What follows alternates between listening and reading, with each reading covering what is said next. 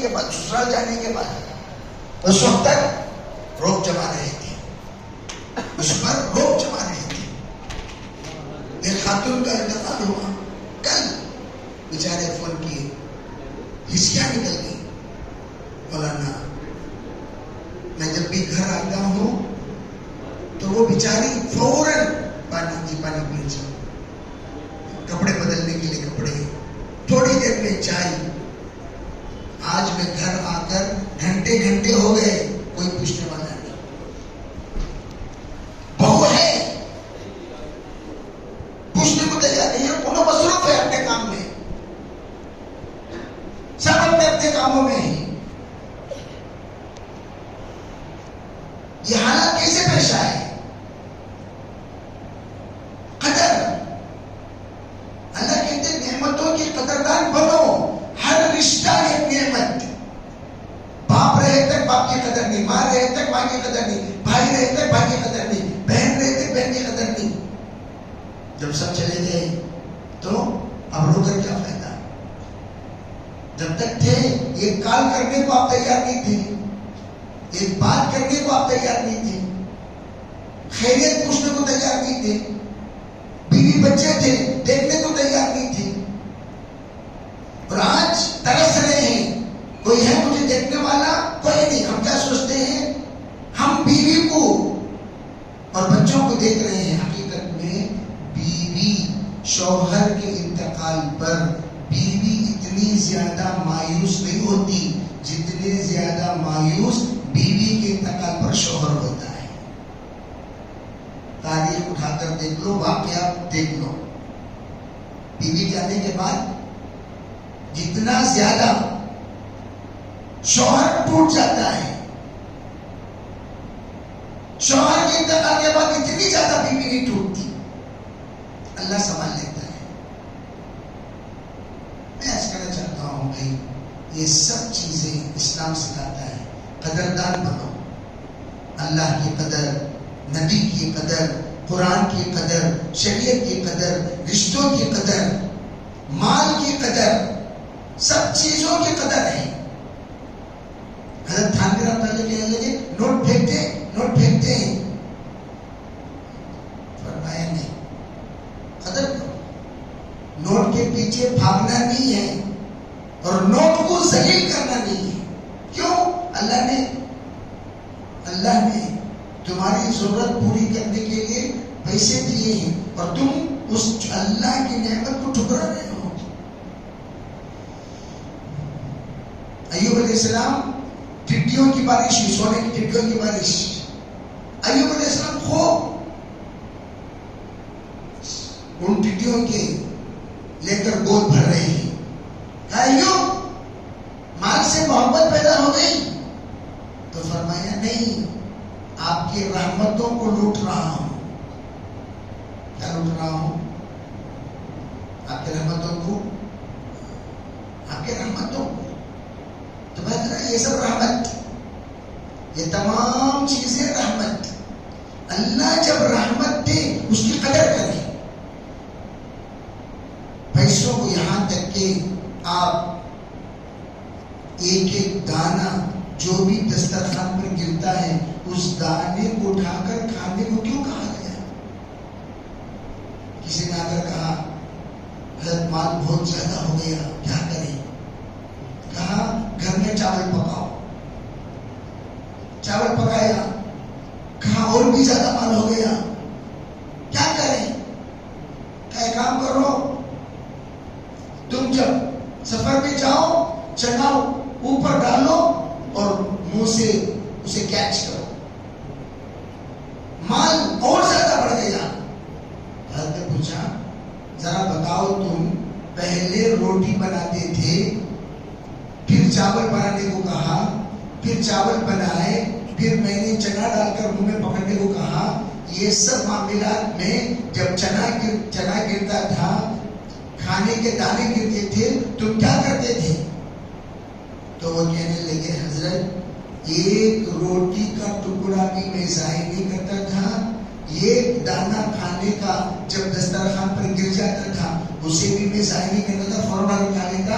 اگر ایک چنا کا دانہ منہ مس ہو کر نیچے گر جاتا، میں تلاش کر کے نکال کر اسے کھاتا۔ فرمایا جس بندے کے پاس رزق کی قدردانی ہو اس بندے کی نسل کبھی غریب نہیں ہوگی۔ اور آج ہمارے گھروں میں جو فقر ہے، غربت کے معنی کیا؟ یہ کما رہا، یہ نہیں کماتا، یہ کماتا، یہ نہیں کماتا، یہ کماتا، یہ نہیں کماتا۔ یہ بے برکتی کیوں؟ بے برکتی 6 چیزوں کی وجہ سے۔ نمبر 1، اللہ نے اسباب بنائے ہیں رزق کے، ان اسباب میں سب سے پہلی چیز سعی، کوشش کرو۔ یہ کوشش کرنے میں کمی، من جد وجد، کوشش کرنے والا ہمیشہ پاتا ہے۔ نمبر 1 اس میں کمی ہے۔ نمبر 2 اللہ کی مدد میں کمی ہے۔ کوشش کرنے والا اس وقت کامیاب ہوگا جب اللہ کی مدد شامل حال ہو۔ وہ مدد کسے کہتے ہیں؟ علماء کہتے ہیں اللہ کی مدد اسے کہتے ہیں جس میں مختصر محنت میں نتیجہ زیادہ ملے۔ مختصر محنت کیا اس کا پھل ملا، محنت کیا اس کا پھل ملا، محنت کیا اس کا پھل ملا۔ وہ کب ملے گا؟ وَاسْتَعِينُوا بِالصَّبْرِ وَالصَّلَاةِ، اللہ کے حکموں کی پابندی سے۔ 2 نمبر 3 اللہ تعالیٰ رزق میں برکت عطا فرماتے ہیں صلہ رحمی سے۔ صلہ رحمی کے 3 درجات ہیں، ایک فرض، ایک واجب، ایک سنت۔ فرض صلہ رحمی ماں باپ سے کرو، واجب صلہ رحمی بیوی بچے اور سسرال سے کرو، مستحب صلہ رحمی، سنت صلہ رحمی ددیال اور ننیال سے صلہ رحمی رکھو۔ جو لوگ صلہ رحمی رکھتے ہیں وہ کبھی غریب نہیں ہوتے، وہ کبھی لاچار نہیں ہوتے، وہ کبھی محتاج نہیں ہوتے۔ رشتے ناتوں سے جوڑو۔ یہ 3 چھوٹی چیز، اپنے گھر میں مہمانوں کو کھلانے کا اہتمام کرو، اپنے گھر میں مہمانوں کو کھلانے کا اہتمام کرو، مہمانوں کو کھلایا کرو۔ مہمان کو کھلانا یہ بہت بڑی نعمت ہے، مہمانوں کو کھلانا۔ حضرت ابراہیم علیہ السلام مہمانوں کے بغیر دسترخوان پر بیٹھتے نہیں تھے۔ حضرت علی رضی اللہ تعالیٰ عنہ 2 دن اگر مہمان نہیں آیا باہر نکل کر تلاش کرتے، مہمان کو لا کر بٹھا کر خود کھاتے تھے۔ یُؤْثِرُونَ عَلَىٰ أَنفُسِهِمْ وَلَوْ كَانَ بِهِمْ خَصَاصَةٌ۔ مہمان، اور آج کل مہمان نوازی ہی ختم۔ کہاں ہے مہمان نوازی؟ بولو۔ چائے کے لیے 10 بار بولنا پڑتا، چائے کانجی، چائے کانجی، چائے کانجی، چائے کانجی۔ مہمان نوازی کہاں ہے؟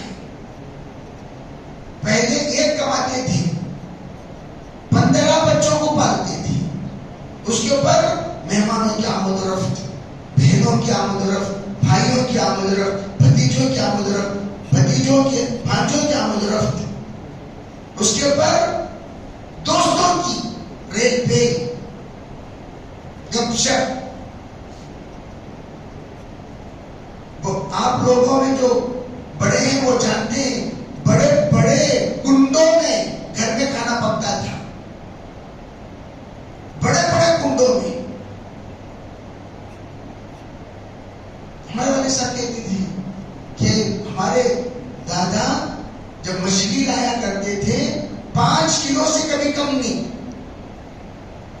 مچھلی 5 کلو، گوشت 5 کلو، کیوں؟ برابر سرابر ہو جاتا تھا سب، پورے گھر والوں کو۔ کماتے تھے کم، کھاتے تھے زیادہ۔ وہ کھاتے تھے زیادہ نہیں، اللہ کھلاتا تھا زیادہ۔ اور اب کماتے زیادہ ہیں، کھاتے کتنا ہے؟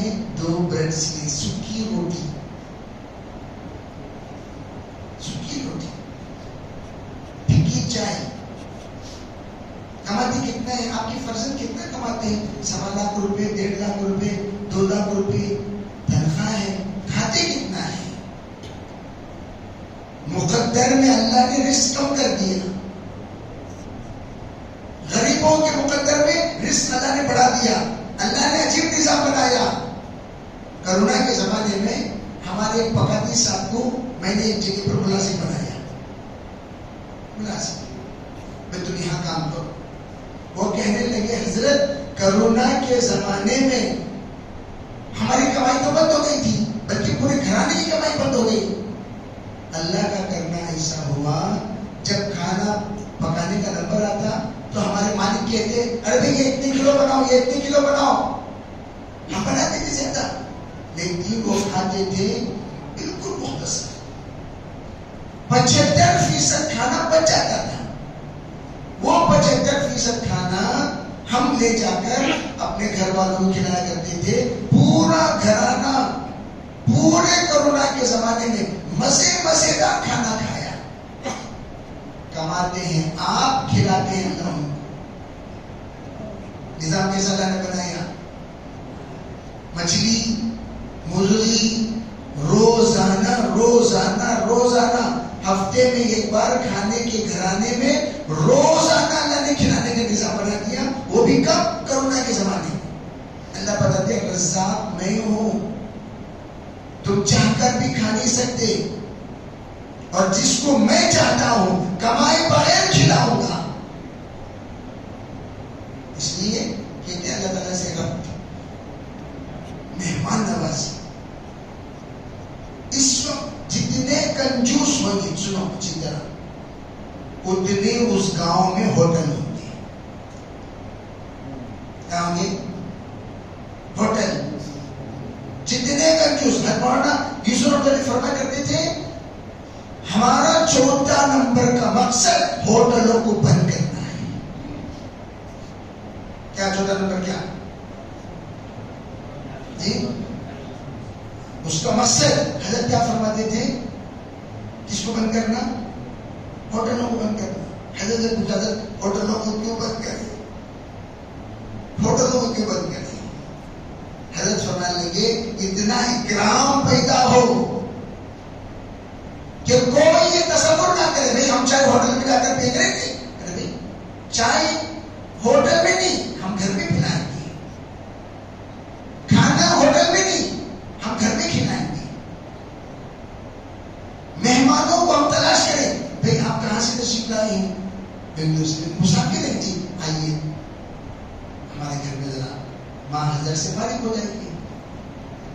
جو عزت والے احترام والے ہوتے تھے گھر کے اندر بلاتے تھے، جو کچھ ایسے ویسے ہوتے تھے آپ دیکھو کہ پرانے گھروں میں باہر چبوترا ہوتا تھا، وہ چبوترے میں بٹھا کر روٹی سالن دے دیے، بھئی آپ اس میں سے کھا کر تشریف لے جائیں۔ وہ اجنبی انسان ہے، بلکہ جو کھانا بچ جاتا تھا پرانے گھروں میں، باہر ایک کھانا ہوتا تھا، کھانا، اس کھانے میں روٹیاں سالن رکھ دیتے تھے، کوئی بھی فقیر دیکھتا اور بیٹھ کر کھانا کھا لے کر دعائیں دے کر چل جاتا تھا۔ اور آج کھانا بچتے ہی فریج، کھانا بچتے ہی فریج، کھانا بچتے ہی فریج، کھانا بچتے کہاں رکھتے ہیں؟ فریج میں رکھو، کیوں؟ کل کھائیں گے، کسی کو نہیں کھلائیں گے، ہم نہیں کھائیں گے۔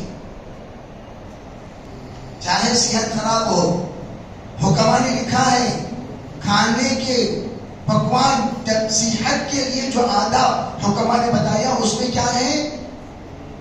6 چیزیں۔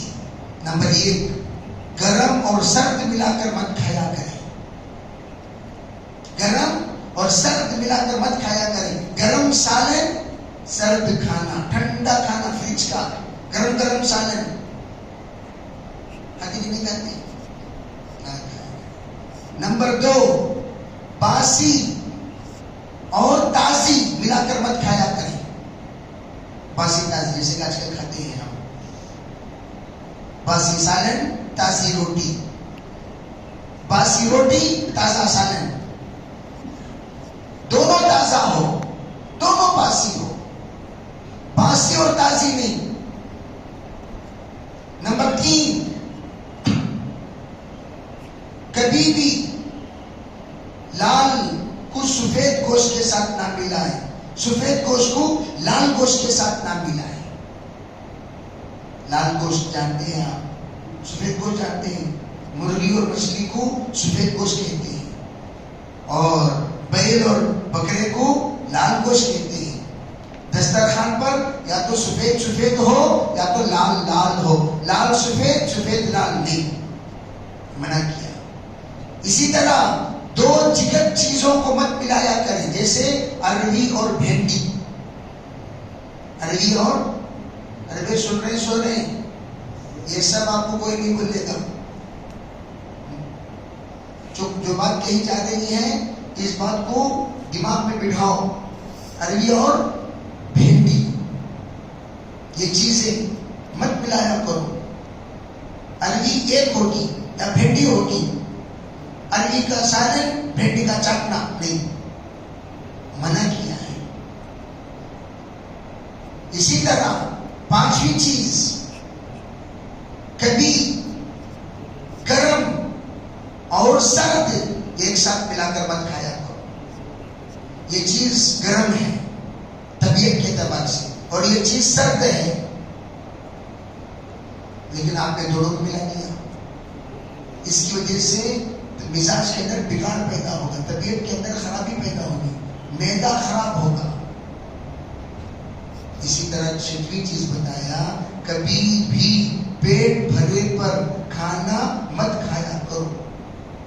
پیٹ بھرا ہوا ہے، تقاضا نہیں ہے، ہماری طبیعت، ہمارا بدن جس وقت مانگے تب دیا کرو، وہ اوور لوڈ نہیں۔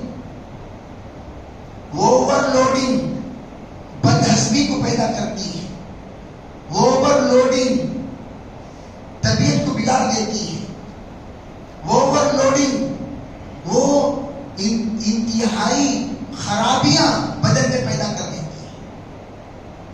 اس لیے حضور صلی اللہ علیہ وسلم کبھی بھوک کے اکثر آپ علیہ السلام بھوکا رہتے تھے، جیسے کہ اور پیٹ کا مزاج ایسا ہے، بدن کا مزاج ایسا ہے، جس چیز کا آپ بدن کو عادی بنائیں گے اس چیز کا بدن عادی بن جائے گا۔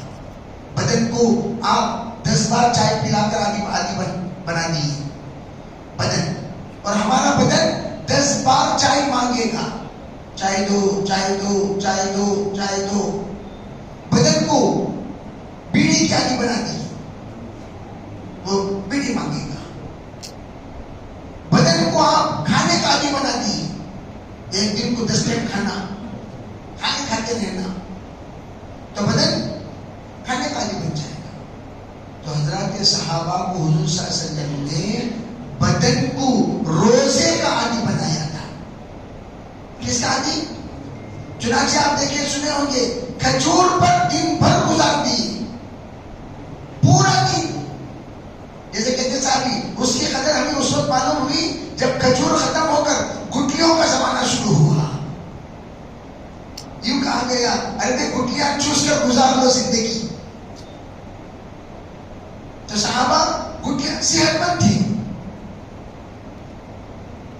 اسی لیے کہا حضرت مولانا سید احمد خان صاحب کی رحمت فرمایا کرتے تھے، ایک اونٹ کی طرح بنو، اونٹ کی طرح۔ اونٹ کے اندر اونٹ کا مزاج ہے، کم کھاتا ہے، زیادہ محنت کرتا ہے۔ ایک وقت کھائے گا 7 دن محنت کرے گا، ایک وقت کھائے گا 7 دن محنت کرے گا، ایک وقت کھائے گا 7 دن محنت کرے گا، 7 دن تک نہ اسے کھانے کی ضرورت نہ پانی کی ضرورت۔ سفینۃ الصحراء افلا ينظرون الى الابل كيف خلقت۔ اللہ تعالیٰ اسی کو پوچھنے کا، تم لوگ نہیں دیکھتے اونٹ کو ہم نے کیسا پیدا کیا؟ میں عرض کر رہا ہوں، یہ سب زندگی کی ترتیب ہے۔ زندگی کی ترتیب کو بہتر سے بہترین بنانے کے لیے دعوت کی محنت، دعوت کی محنت بے ڈھنگا زندگی گزارنے کے لیے نہیں، دعوت کی محنت اپنی زندگی کے اندر ڈھنگ لانے کے لیے، رنگ لانے کے لیے، زنگ دور کرنے کے لیے۔ اسی لیے دعوت کی محنت، ڈھنگ لاؤ زندگی میں۔ اجتماع ہو رہے ہیں، بھیڑ جمع کرنے کا اجتماع نہیں،